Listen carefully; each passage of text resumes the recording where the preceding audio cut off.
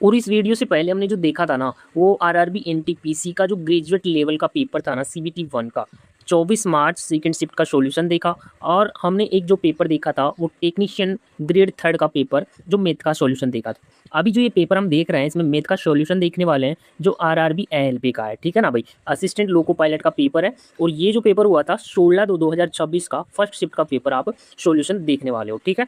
तो बने रहिएगा वीडियो के लास्ट तक और इसका जो है ना हम काफ़ी बेहतरीन तरीके से मैथ का सॉल्यूशन देखने वाले हैं। तो चलते हैं पहले क्वेश्चन पर। इस प्रकार का सवाल पूछा गया था।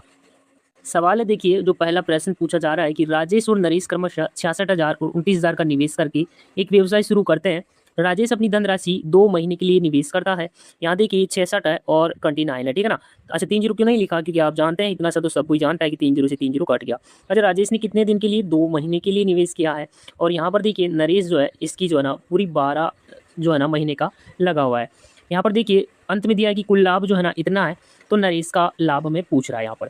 अच्छा ये नरेश वाला है और ये जो है ना राजेश वाला है। तो आपको पता है कि यहाँ पर जो है ना नरेश वाले में 29 है और ये एक अभाज्य संख्या होती है। तो 29 का आप मल्टीपल भी देख सकते हैं डायरेक्ट, क्योंकि आप जो है ना पूरा लाभ पता ना करके आप डायरेक्ट 29 का मल्टीपल भी देख सकते हैं, क्योंकि जो नरेश का लाभ आने वाला है उसमें इसका फैक्टर जरूर होना चाहिए। तो 29 का मल्टीपल देखना आसान होता है। जैसे अगर मान लीजिए हम एग्जाम में बैठे हैं तो अब पता तो होता नहीं है कि कौन सा ऑप्शन होगा। मैं पहले ऑप्शन को अगर मैं चेक करता तो लिखा हुआ था 103148, ठीक है ना भाई। इस प्रकार था। 29 का जो मल्टीपल चेक करता है वो कैसे करते हैं, लास्ट वाली संख्या को 3 से मल्टीपल करके अगले वाली संख्या में जोड़ दिया जाता है। 8 या 24 होता है ना, तो 24 को आप इसमें जोड़ दो, कितना हो गया, 4 और 4 8 हो गया, 2 और 1 3 हो गया, 3 का 3 हो गया और 10 का 10 हो गया। फिर से लास्ट वाली संख्या को 3 से गुणा करके इनमें जोड़ दो, तो 8 या 24 हो गया, 4 और 3 7 5 और ये 10 हो गया। फिर से लास्ट वाली संख्या को 3 से मल्टीपल करके इसमें जोड़ दो, तो यहाँ पर देखिए 5 और 1 6 हो गया, 10 और 2 12 हो गया, तो 126 होता है। जबकि 29 चौक 116 होता है। तो ये तो संख्या कट नहीं रही है। ऑप्शन नंबर दूसरा में देखता हूँ, वहाँ पर एग्जाम है तो आप देखिए 102 लिखा हुआ है, 0 लिखा हुआ है, 22 लिखा हुआ है, ठीक है ना। वही प्रोसेस रहेगा, लास्ट वाले अंक को जो है ना 3 से गुणा करके आप अगले में जोड़ दोगे, तो 3 दूना 6 हो गया। यहाँ पर आप देखिए ये 10 है, ये 20 है और ये 8 हो गया, ठीक है। फिर से लास्ट वाली संख्या को 3 से गुणा करके इसमें जोड़ दोगे, तो 24 को आप जब जोड़ते हो तो 4 हो गया, ये 4 हो गया और ये 10 हो गया। फिर से लास्ट वाली संख्या को 3 से गुणा करके इनमें जोड़ दो, तो 4 3 12 होता है और 104 में अगर आप 12 जोड़ते हैं तो 116 होता है, जो कि 29 चौक 116 होता है। तो आपको मल्टीपल मिल गया था 29 का। आप इस प्रकार ऑप्शन से भी कर सकते हैं मल्टीपल देखकर, ठीक है ना भाई। अगर आपको एक से ज़्यादा मिल जाता है तब तो आपको प्रोसेस ही जाना पड़ता है, लेकिन अगर आपका काम इससे बन रहा है तो बहुत ही अच्छा है, क्योंकि एग्जाम में सबसे इंपॉर्टेंट ये बात होता है, प्रोसेस कोई मायने नहीं रखता है, लेकिन इंपॉर्टेंट ये है कि आपने किस तरीके से और कितना जल्दी सोल्व कर दिया है, ठीक है। तो चलिए बढ़ते हैं अगले क्वेश्चन के ऊपर। क्वेश्चन नंबर जो तीसरा है वो मैथ का क्या पूछा गया था यहाँ पर पेपर में। देखिए जो तीसरा क्वेश्चन है वो इस प्रकार पूछा जा रहा था।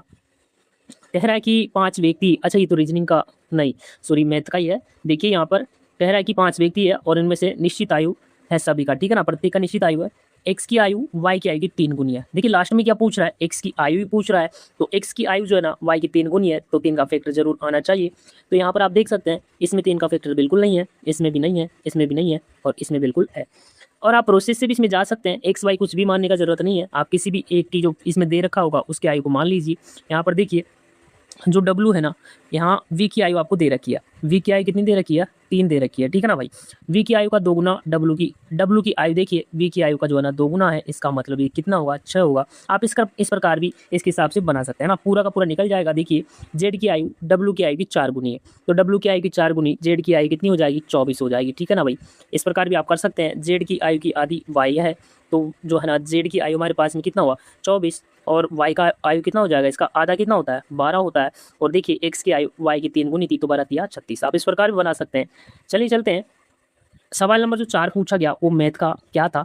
यहाँ पर तो ये रीजनिंग का सवाल आया है। इसके बाद में देखिए जो हमारे पास में सवाल है, और ये सवाल जो पूछा गया था वो पूछ रहा है कि कौन सी संख्या जो है ना 11 का डिविजिबिलिटी हो जाएगा यहाँ पर। तो 11 का डिविजिबिलिटी आप सम प्लेस रोड प्लेस का वैल्यू आप जोड़ दीजिए, या तो अंतर 0 आना चाहिए या फिर 11 के पहाड़े में आना चाहिए। तो यहाँ पर देखिए ऑप्शन नंबर 2 में आ रहा था, लिखा हुआ है 23 21 और 44, ठीक है ना भाई, क्योंकि एक ही तो संख्या होगी ना भाई इसमें। तो यहाँ पर देखिए 5 हो गया, 5 और 3 8 हो गया, 2 और 2 4 हो गया, 4 और 4 8 हो गया। तो सम प्लेस और ओड प्लेस का जो ना डिफरेंस कितना आ रहा है, 0 आ रहा है। या तो 0 आना चाहिए या फिर 11 के पहाड़े में आने वाली संख्या आनी चाहिए। तो यहाँ पर हमें 0 मिला, इसलिए आपका ऑप्शन जो है ना आंसर बी के साथ में जाता है। सवाल नंबर अगला देखिए जो मैथ का पूछा गया होगा इस पेपर में। अगला सवाल भी देखिए यहाँ पर प्रकार पूछा जा रहा है, फिर से एज का सवाल है। देखिए बंटी और बबली की वर्तमान आयु का योग 24 वर्ष है। अब से 2 वर्ष बाद बंटी की आयु बबली की आयु की 3 गुना होगी। तो यहाँ पर देखिए एक बंटी है और एक कौन है, बबली है, ठीक है ना भाई। तो बबली की आयु की जो है 3 गुना है 2 वर्ष बाद, लेकिन वर्तमान का दिया है 24, तो 2 वर्ष बाद दोनों का 4 जोड़ेंगे तो 28 हो गया। हमारे हिसाब से 4 वर्ष का रेशियो यहाँ पर टोटल जो है ना 4 आता है, और हमें पूछ रहा है बंटी का, तो 3 से गुना कर देंगे। 4 7 28 हुआ, 7 या 21 हुआ, लेकिन ये जो है 2 वर्ष बाद की है, आपसे वर्तमान पूछ रहा है तो 2 वर्ष घटा दीजिए, 19 आपका आंसर आ जाएगा। अगला सवाल देखिए जो पूछा गया मैथ वाला। अगला सवाल देखिए यहाँ पर जो पार्टनरशिप से सवाल है कि परवीन और सीनू एक व्यवसाय में साझेदार है। परवीन 9 माह के लिए इतना इन्वेस्ट करता है और सीनू 10 माह के लिए इतना निवेश करता है। 31,570 के लाभ में सीनू का हिस्सा बता दीजिए। तो यहाँ पर आप देख पा रहे हैं कि ये जो है ना 11 का मल्टीपल दिख रहा है, ठीक है, आपको भी दिख रहा होगा, और यहाँ पर लिखा हुआ है 35 लिखा हुआ है, यहाँ पर 42 लिखा हुआ है। अब आपको पता चल रहा होगा इनमें 11 का कोई भी रूल नहीं है, तो 11 का मल्टीपल बना रहेगा, तो आप 11 का मल्टीपल चेक कर सकते हैं। यहाँ देख लीजिए, क्योंकि अगर देखिए मैंने यहाँ 9 से गुणा करना था और यहाँ पर कितने से गुणा करना था, 10 से गुणा करना था, तो 11 का तो कोई रोल ही नहीं आ रहा है ना, तो 11 का तो मल्टीपल बना रहेगा ऐसे कैसे, तो आप 11 का मल्टीपल चेक कर सकते हैं। सभी ऑप्शन में आप देखेंगे, पहला ऑप्शन है 18,240, तो 2 हुआ और एक 3 हुआ, 8 और 4 12 हुआ, जो कि बिल्कुल नहीं है। यहाँ पर देखिए 18 है, 0 है, 20 है, तो ये भी नहीं होगा। यहाँ पर देखिए 18 0 40 0 और 1 हुआ, 8 और 4 12 हुआ, तो 12 1 11 हो गया, ठीक है ना भाई, ये आपका आंसर हो गया। वैसे तो आप मल्टीपल चेक कर सकते हैं, प्रोसेस से अगर आपको जाना होता तो आप देखिए परवीन का 35 था, सीनू का 42 था, परवीन का 9 माह के लिए है, सीनू का 10 माह के लिए है। आप काट तो इसको छोटा कर सकते हैं, 3 तिया 9 हो जाएगा, 3 से 14 बार हो जाएगा, 5 दूना 10 हो जाएगा, 5 7 35 हो जाएगा, ठीक है ना। यहाँ पर देखिए ये 21 हो गया, ये 28 हो गया, तो यहाँ पर आप देखेंगे 7 या 21, 7 चौक 28, 3:4 आ गया, ठीक है, 3:4 आ गया। 31,570 को आपको 3:4 मतलब 7 हो गया, और 4 सीनू का आया था, तो आप ऐसे मल्टीपल करके भी निकाल सकते हैं, ठीक है ना। या फिर आप यूनिट डिजिट भी लगा सकते हैं। यहाँ पर देखिए जैसे आपका 0 हुआ, ठीक है ना, पर यूनिट डिजिट आप लगा नहीं पाओगे क्योंकि सबके लास्ट में 0 है, तो डिजिटल सम लगा दीजिए। कब लगता है, जब नीचे 1 होता है, तो 1 बना दो, ठीक है ना भाई। बहुत तरीके हैं, अगर आपने 4 से गुणा नीचे किया तो 4 से ऊपर कर सकते हैं। अब आप इसका डिजिटल सम निकाल लो, ठीक है, तो जो आएगा वही आपका राइट आंसर होगा। चलिए बढ़ते हैं अगले क्वेश्चन के ऊपर। अगला सवाल देखिए, आपको यहाँ पर ज्योमेट्री से दिखाई दे रहा है कि यदि 2 समांतर रेखाएं हैं और एक तिर्यक रेखा एक रेखा के साथ जो है ना 65 डिग्री का कोण बना रही है, ठीक है, बनाती है, तो अन्य रेखा पर संगत कोण का माप क्या होगा। संगत कोण बराबर होते हैं, तो 65 डिग्री आपका राइट आंसर हो जाने वाला है, ठीक है ना भाई। संगत कोण क्या होते हैं, बराबर होते हैं, तो आपका 65 इसका राइट आंसर आ जाएगा। बस नॉलेज होना चाहिए यहाँ पर संगत कोण, साधारण कोण वगैरह वगैरह, ठीक है। देखिए अगला क्वेश्चन और सवाल नंबर 16 देखिए, यहाँ पर आपको उससे पूछा गया है, एक विद्यार्थी जो है ना अंक गलती से 94 से के बजाय 84 लिख देता है, लिख दिए गए हैं, तो इसके कारण कक्षा में औसत अंक जो है ना 5/4 कम हो गए हैं। यहाँ पर कितना कम हो रहा है, 10 कम हो रहा है, तो आपको मान बताना है, ठीक है। 5 दूना 10 हो गया और 4 दूना 8 हो गया, तो 8 आपका राइट आंसर हो गया। अगला सवाल देखिए, काफ़ी सिंपल मैथ पूछा गया है एलपी में। सवाल अगला बहुलक का पूछा गया है, और बहुलक तो आप जानते हैं सबसे ज़्यादा बार आने वाली संख्या होती है। तो यहाँ पर आप देखिए 64 को आप चेक कर लीजिए, पहले 64 आप यहाँ देख पा रहे हैं, 1 बार 2 बार आया है। 76 को आप चेक कीजिए, 2 बार आया, ठीक है, तो 76 भी नहीं होगा। 89 को आप चेक कीजिए, 1 बार आया है, आप चेक कर पा रहे हैं, इसमें 2 बार आया, ठीक है। 89 3 बार आया है, तो 89 3 बार मिला है मैक्सिमम आपको, तो 89 आपका राइट आंसर भी है। 81 को भी आप चेक कर सकते हैं, 2 बार मिल रहा है, ठीक है। इसके अलावा आपको 81 कहीं पे नहीं दिखाई दे रहा है, तो सबसे ज़्यादा आपको ऑप्शन के अकॉर्डिंग 89 देना पड़ेगा ना। सवाल देखिए अगला, और अगला सवाल देखिए, जो टाइम एंड वर्क आपको दिखाई दे रहा है, ए बी सी मिलकर एक कार्य को जो है ना कितने दिन में करते हैं, 20 दिन में करते हैं। ए बी सी मिलकर जो है 20 दिन में करते हैं। ए और बी मिलकर जो है ना, ए और बी जो मिलकर करते हैं वो 30 दिन में करते हैं। और फिर कह रहा है कि बी और सी जो मिलकर करते हैं वो 24 दिन में करते हैं। तो आपको एलसीएम लेना होगा, 120 आपका एलसीएम आ रहा है, 20 छंग 120 होता है, 30 चौक 120 होता है, 24 पंजे 120 होता है। कह रहा है कि बी अकेले कार्य को पूरा कितने दिन में करेगा, तो आपको कैपेसिटी पता होनी चाहिए कि बी कितना करता है, ठीक है ना भाई। तो आप देखिए बी और सी का जो समता है ना वो 5 है, तो ए का समता देखिए कैसे निकाल लेंगे, क्योंकि तीनों का मिलाकर 6 है, जिसमें बी और सी का 5 है, तो ए का 1 हो गया। अब आप बी का भी पता कर सकते हैं, ठीक है ना भाई। अब यहाँ से देखोगे ए और बी का देखिए 4 है, जिसमें से ए का 1 है, तो फिर बी का 3 बच गया, और हमें बी से ही करवाना है, तो बी 3 के हिसाब से 120 को कितने में कर देगा। तो अगर आप भाग लगाते हैं, 3 चौक 12, 40 दिन आपका राइट आंसर आ जाएगा। सवाल का ऑप्शन आपको ए ऑप्शन दे रहा है, जो कि बिल्कुल करेक्ट है, ठीक है। अगला सवाल देखेंगे, और अगला सवाल है यहाँ पर आपके सामने एलसीएम से संबंधित है। देखिए 0.9 है तो हम इसको हम लिख देंगे 9/10 लिख देंगे। 3.7 है तो 37/10 लिख देंगे। और यहाँ पर 0.54 है तो हम इसको 54/10 100 लिख देंगे, सॉरी, ठीक है ना, 100 लिख देंगे।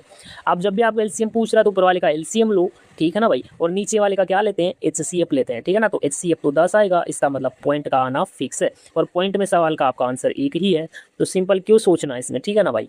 अगला सवाल देखिए, अगला सवाल आप देख पा रहे हैं यहाँ पर 300 मीटर लंबाई वाली एक जो है ना, लंबाई वाली एक तेज चलने वाली ट्रेन 600 मीटर लंबे प्लेटफॉर्म को 40 सेकंड में पार करती है, ठीक है। तो यहाँ पर आप स्पीड निकाल सकते हैं। 300 और 600 900 हो गया, और 900 में अगर आप 40 का भाग लगाते हैं तो 0 से कट गया ये। अगर 2 होता तो कितनी बार कटता, 45 बार कटता, लेकिन 4 है तो 22.5 बार कट जाएगा, ठीक है ना भाई। इसके बाद देखिए 450 मीटर लंबाई वाली एक अन्य ट्रेन भी है, तो 450 और यहाँ पर जो हो गया ये 600, तो 1050 हो गया, और 1050 में कह रहा है कि 60 सेकंड लगता है, तो 60 का आप भाग लगाओगे, ठीक है। तो यहाँ पर इसमें आप भाग लगाते हैं तो 6 एकम 6 होता है, 4 बच गया, 6 7 42 होता है, 3 बचेगा नहीं जाएगा, 6 पंजे 30 हो गया, 17.5 आया और 22.5 आया, तो 5 और 5 ये पूरा 1 हो गया। और ये देखिए 22 और 17 कितना हुआ, 39 40, ठीक है ना भाई। तो यहाँ पर ये दोनों को जोड़ेंगे हम तो ये 40 हो गया। ऐसे भी जोड़ सकते हैं, 5 और 5 10, 1 7 और 2 9 10, 1 3 और 1 4, ठीक है ना भाई, 40 आ गया आपका। ये वाला आपका जो स्पीड का जुड़ेगा ना भाई, कह रहा है कि विपरीत दिशा बोल रहा है ना, ये तो जुड़ जाएगा, ठीक है ना। अब आप देखिए एक दूसरे को पूरी तरह से पार करने में लगा समय, तो एक ट्रेन 300 है, एक ट्रेन 450 है, 750 हो गया, और 40 का स्पीड आपका जा रहा है इसमें। तो यहाँ से काटेंगे तो 18 चौक 72 होता है, 3 बचेगा, उतारेंगे 0, 4 7 28 होता है, 2 बचता है, 4 पंजे 20 होता है। ऐसे आप बना सकते हैं। अगला सवाल देखिए, और अगला सवाल यहाँ पर देखिए डिस्काउंट से संबंधित सवाल है। कह रहा है कि एक दुकानदार किसी वस्तु को उसके अंकित मूल्य पर 90% और 50% की 2 क्रमिक छूट देकर इतने में बेचता है। यदि वह कोई छूट नहीं देता, इसका मतलब सीपी और एमपी दोनों बराबर है। तो आप ऐसे कर सकते हैं, सीपी यहाँ पर देखिए 141 का लाभ होता ना, तो ऐसे लिखेंगे ना भाई प्रतिशत के लिए, ठीक है ना। लाभ होता है तो 100 में जोड़कर लिखते हैं, हानि होता है तो 100 में घटाकर लिखते हैं। मैंने यहाँ पर लिख दिया है। कह रहा है कि इतने में जो है ना बेचता है 225.6 में। यहाँ कह रहा है 90% अगर देता, तो मान लीजिए 90 दिया तो पहले में हुआ कितना, 0.1 में बेच रहा है, ठीक है ना भाई। 10% का मतलब क्या लिखोगे उसको, ठीक है ना, ऐसे ही तो लिखोगे ना, 0.1 ही तो लिखोगे भाई। और जैसे 50% है तो इसको कैसे लिखोगे, इसको 0.5 लिखोगे, ठीक है।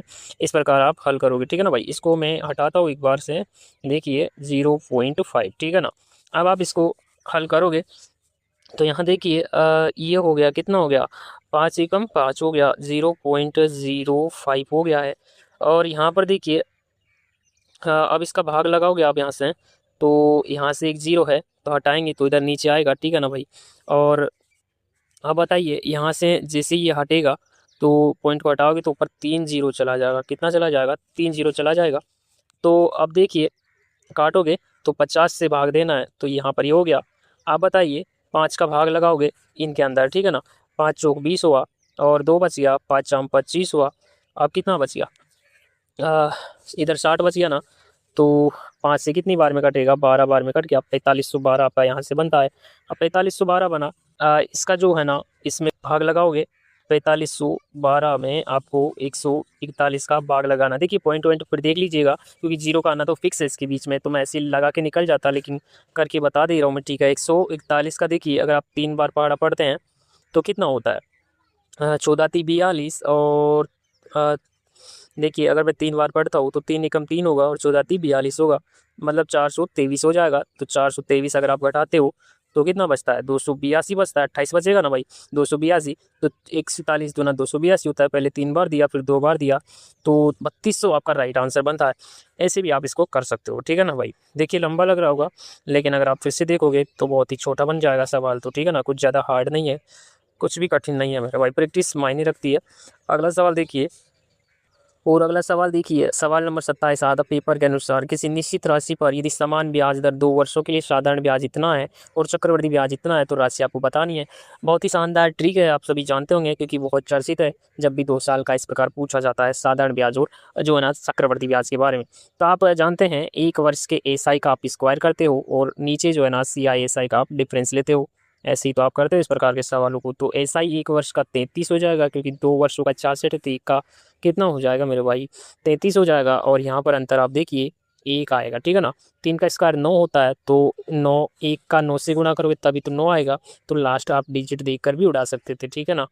अगला सवाल देखिए, और अगला सवाल देखिए, यहाँ पर डिस्काउंट से पूछा गया कि अरविंद ने एक वस्तु एक्स में खरीदी, उसने इसे बीरू को 30% हानि पर बेच दिया। बीरू ने इसके परिवहन पर 198 रुपये खर्च किए और मीनू को 50% लाभ पर बेच दिया गया है। यदि मीनू ने इसे 1053 में खरीदा तो एक्स का मान आपको बताना है। देखिए कंटिन्यू बेचा जा रहा है यहाँ पर। देखिए एक के पास से दूसरा गया है, अरविंद से बीरू ने लिया और बीरू ने जो है ना किसको बेच दिया, मीनू को। तो जब भी इस प्रकार लगातार नाम आते हैं, किसी एक ही वस्तु को सेल किया जाता है, तो आपके पास में एक्स निकालने का बहुत शानदार तरीका है। देखिए 1053 रुपये में खरीदा है ना, तो 1053 रुपये में खरीदा है, ठीक है। लेकिन जो है ना 50% ज़्यादा ले लिया है, इसका मतलब 1.5 गुना ज़्यादा ले लिया, ठीक है मेरे भाई। और फिर देखिए 198 रुपये खर्च किया है, तो 198 घटा दीजिए, ठीक है। और फिर क्या बोला है कि 30% हानि पर बेचा गया है, तो ये निकाल कर 30% हानि मतलब 0.7 का भाग लगा दीजिए, ठीक है ना भाई। यहाँ पर जैसे आप इसका भाग लगाओगे 1.5 का, तो भाग लगाते हैं, पॉइंट हटाएंगे, 0 इधर आ जाएगा। 15 7 105 और 15 दूना 30, ठीक है ना भाई। 702 में से 198 आप घटा सकते हैं। 702 में से अगर 198 घटाते हैं तो 12 में से 8 गया 4, 9 में से 9 गया तो 0, और यहाँ पे 6 में से 1 जाएगा तो 5, 504 हो गया। 504 में आप डिवाइड कर दीजिए, यहाँ 0.7 है तो 504 में हम भाग लगाएंगे 0.7 का। तो 504 में 0.7 का अगर भाग लगाएंगे तो पॉइंट हटेगा तो 0 जाएगा। अब देखिए 7 7 49 होता है, 7 दूना 14 होता है, 720 आपका राइट आंसर बन गया। इस प्रकार भी आप कर सकते हैं। अगला सवाल देखिए, और अगला सवाल आपसे यहाँ पर देखिए पूछा जा रहा है कि यदि 6 इकाई त्रिज्या वाले त्रिज्याखंड का कोण जो है 60 डिग्री है, तो चाप की लंबाई बताइए। त्रिज्याखंड की चाप की लंबाई आप जानते हैं पाई आर थीटा बटा 180 होती है, ठीक है ना। पाई का मान 22/7 होता है, आर का मान आपको 6 दिया हुआ है, थीटा का मान 60 दिया हुआ है, 180 आप लिख ही सकते हैं। 60 से आप 3 बार में कर सकते हैं, 3 दूना 6 कर सकते हैं, 22 दूना 44/7 आपका राइट आंसर हो जाता है। अगला सवाल देखिए जो मैथ का पूछा जा रहा है। अगला सवाल देखिए यहाँ पर पूछा जा रहा है कि 5 प्रिंटर और जो है ना 6 घंटे में 9000 पीस प्रिंट कर लेते हैं। एमडीएच वाला लगा सकते हैं। यहाँ पर 5 प्रिंटर है, 6 घंटे चल रहे हैं, 9000 पीस प्रिंट कर रहे हैं। उसी दर से मतलब देखिए 5 प्रिंटर जो है ना, सॉरी 5 प्रिंटर नहीं है, उसी दर से 8 घंटे में 28,800 पीस प्रिंट करने के लिए कितने प्रिंटर की आवश्यकता होगी। हमें प्रिंटर निकालने हैं 8 घंटे में। यहाँ पर जो 28,800 पीस प्रिंट करवाने हैं। 2 जीरो से 2 जीरो इधर जाएगा, 6 से हम अच्छा 5 छंग 30 और 30 तिया 90, 3 से अगर आप काटते हो तो 3 नाम 27, 3 छंग 18, 8 से काटेंगे तो 12 बार में कट जाएगा, 12 का इधर जाएगा, 12 एकम 12, एक्स का मान आ गया 12, ठीक है ना भाई। कर सकते हैं, सिंपल क्वेश्चन है। अगले सवाल देखिए, अगले सवाल आप देखिए यहाँ पर पूछा गया था कि एक दुकान किसी वस्तु का मूल्य 50% बढ़ाकर अंकित करता है, मतलब 100 वाली को 150 चिपका रहा है और फिर अंकित मूल्य पर 20% की छूट देता है, तो 150 का 10% 15 हो गया और 20% 30 हो गया। इसका मतलब 120 में कस्टमर को चिपका दे रहा है। अंतिम विक्रय मूल्य इतना है, हमारे हिसाब से इतना है, ठीक है। तो 120 का वैल्यू यहाँ पर देखिए 12 दूना 24, ठीक है ना। 200 का अगर 100 में आप गुना करते हैं तो 2000 आपका सीपी निकल कर आ जाता है। सिंपल ही तरीके से आप कर सकते हैं। अगला सवाल देखिए, सवाल नंबर 39 था अमित का, जो पूछा जा रहा है कि 18 सेमी व्यास और 35 सेंटीमीटर ऊंचाई वाले बेलन का आयतन होता है पाई आर स्क्वायर इंच। ये पूछा जा रहा है। आप 11 का मल्टीपल भी चेक कर सकते हैं ऐसे सवालों में, ठीक है ना, और प्रोसेस से भी जा सकते हैं, ठीक है भाई। यहाँ पर देखिए आर स्क्वायर मतलब यहाँ पर अगर 18 है तो 9 हो जाएगा और एच आपका 35 है, ठीक है ना। 7 पंजे 35 हो गया और अब 35 आया तो लास्ट में 0 तो आएगा। इन दोनों ऑप्शन में देख लीजिए। अब 11 का मल्टीपल भी चेक कर सकते हैं, ठीक है ना भाई। इस प्रकार से आपका right answer option number B होता है। सवाल अगला देखिए, सवाल पूछा गया था यहाँ पर कि वह धनराशि याद कीजिए जिस पर 10% वार्षिक साधारण ब्याज की दर से 4 वर्ष का ब्याज इतना है। तो 10% का मतलब 40 हो गया, 40% का मतलब इतना है, ठीक है ना। तो आपको 100% का मान निकाल लेना है। तो यहाँ पर देखिए इसको आप काट लीजिए, 20 का पहाड़ा बोल के 20 दूना 40, 20 पंजे 100 है ना। 2 का 2.5 गुना है तो इसका भी आप 2.5 गुना कर दीजिए। यहाँ से अगर आप 2.5 से मल्टीप्लाई करोगे तो 5 दूना 10, 5 चाम 25 हो गया। 2 से काटेंगे तो 230 बार में कट गया और 230 का आप अगर गुना करते हैं तो 30 पंजे 115 होता है, ठीक है ना। और आप 0 लगा सकते हैं। इस प्रकार 1150 आपका राइट आंसर हो जाता है। सवाल अगला देखिए, और अगला सवाल देखिए जो 53 नंबर पे सवाल आया। एक शर्ट की कीमत में पहले 10% की वृद्धि और फिर 1% की वृद्धि की जाती है। यदि समग्र प्रतिशत जो वृद्धि है ना वो 19% है, तो x का जो मान आपको निकालना है वो निकटतम पूर्णांक तक पूर्णांकित करना है। 100 मानकर भी आप कर सकते हैं। अगर आप 100 मानते हैं तो 100 से आपका कर दिया जा रहा है, पहले 110 हो जा रहा है, ठीक है। फिर आप देखिए समग्र वो जो वृद्धि किया जा रहा है वो 119 का है, ठीक है ना, 119 का है। तो कह रहा है कि x का मान आप बताइए निकटतम पूर्णांक। तो आपको 119 तक पहुंचने के लिए 9 और बढ़ाना होगा और 110 के ऊपर बढ़ाना होगा और आपको गुणा कर दोगे, ठीक है ना, 100 से। 10 से 10 हो गया, 10 नाम 90 हो गया, ठीक है। और यहाँ पर 11 का भाग लगाओगे तो 11 8 88 है। और कितना बचा, यहाँ से 2 बच गया, हटा देंगे 0, तो 11 एकम 11। और फिर देखिए 9 बच गया, ठीक है। और फिर हो जाएगा 90, 11 8 88। तो निकटतम पूर्णांक देना है, तो 8 आपका राइट आंसर हो गया। अगला सवाल देखिए 57 पर पूछा गया था। कह नाव धारा का सवाल है। एक नाव धारा के अनुकूल चलते 18 किलोमीटर की दूरी 3 घंटे में तो स्पीड निकाल सकते हो 6 हो जाएगी। जबकि धारा की विपरीत दिशा में इन यही दूरी जो है ना 9 घंटे में, मतलब 18 को 9 के हिसाब से 2 में चलेगी। स्थिर जल में नाव की चाल बतानी है। नाव निकालना है जोड़ के आधा, धारा निकालना है घटा के आधा। तो हमें नाव निकालना है, जोड़ के आधा करेंगे। 8 का आधा कितना होता है, 4 आपका राइट आंसर है। बिल्कुल सिंपल सा सवाल पूछा गया था। अगला सवाल देखिए प्रॉफिट लॉस से सवाल पूछा गया था। आनंद ने एक वस्तु खरीदी और उसकी मरम्मत पर 84 रुपये खर्च किए। फिर उसने उसे भरत को 25% लाभ पर बेच दिया। बाद में भरत ने उस वस्तु को 4,368 रुपये में बेच दिया, जिस पर उसे 9% की हानि हुई। भरत को वस्तु बेचने से ठीक पहले आनंद के लिए उस वस्तु की लागत जो है ना कितनी थी। सवाल पूछा गया है। सवाल को आप जब भी इस प्रकार के सवालों में लागत पूछी जाती है तो आप जानते हैं उल्टा करके चलते हैं। यहाँ देखिए 4,368 रुपया दिया गया है, इसमें बेचा गया था, ठीक है ना। 9% का हानि, इसका मतलब 100 पे आप 91 में आ गए। कहा जा रहा है कि भरत को जो है 25% लाभ पर बेच दिया गया है। 25% का लाभ हुआ, इसका मतलब क्या हुआ, 25 से कम 25, 25 चौक 100, मतलब 4 की वस्तु को 5 में बेचा गया है। तो क्या करोगे, देखिए 4/5, ठीक है ना, इस प्रकार आप करोगे। तो अब देखिए अब यहाँ से आपका कैलकुलेशन करना है। यहाँ से 91 का भाग अगर आप लगाओगे ना वही इसके अंदर, 13 7 91, 13 3 39, 4 बचेगा, 13 3 39 39 और 7 13 6 78, 7 से आप काट सकते हैं, 7 3 21, 7 चौक 28, 4 बार में 28, 5 बचेगा, 7 8 56। अब ये देखिए ये 4800 4 हो गया, ये 4800 गुना 4 और नीचे 5 हुआ है। 5 से आप और काट सकते हैं, 5 से काटोगे तो 5 नाम 45 होता है, 3 बचेगा, 5 संग 30 होता है। जैसे ही 960 आया 4 से गुना कर दीजिए। 960 को आप अगर 4 से गुना करोगे तो 0 हुआ, 4 6 24 हुआ और हासिल पे 2 हुआ, 4 नाम 36 और 2 38 हुआ, 3840 आपका राइट आंसर आया। अच्छा कंफ्यूज नहीं होने का है, यहाँ मरम्मत 84 खर्च किया गया था। तो यहाँ पर भी देखिए पूछा क्या गया कि भारत को वस्तु बेचने से ठीक पहले आनंद के लिए वस्तु की लागत, इसका मतलब मरम्मत ऑलरेडी जुड़ चुकी थी इसके अंदर, ठीक है ना भाई। सवाल अगला देखते हैं। जो सवाल पूछा गया 64 पे, सुमित ने 28 मीटर व्यास और 48 मीटर ऊंचाई वाला एक शंकु के आकार का तंबू बनाया जाता है। इस तंबू के लिए सुमित को 10 मीटर चौड़े कैनवास की कितनी लंबाई की आवश्यकता थी। कैनवास आप जानते हैं लंबाई गुना चौड़ाई होता है और पाई आर एल होता है। तो लंबाई आपके पास में नहीं है, ठीक है। चौड़ाई आपके पास में दे रखा है 10 दे रखा है, 10 मीटर चौड़ा, ठीक है। पाई का मान 22/7 है, ठीक है ना। और आर का मान आपको व्यास दिया गया है 28, तो 14 हो जाएगा।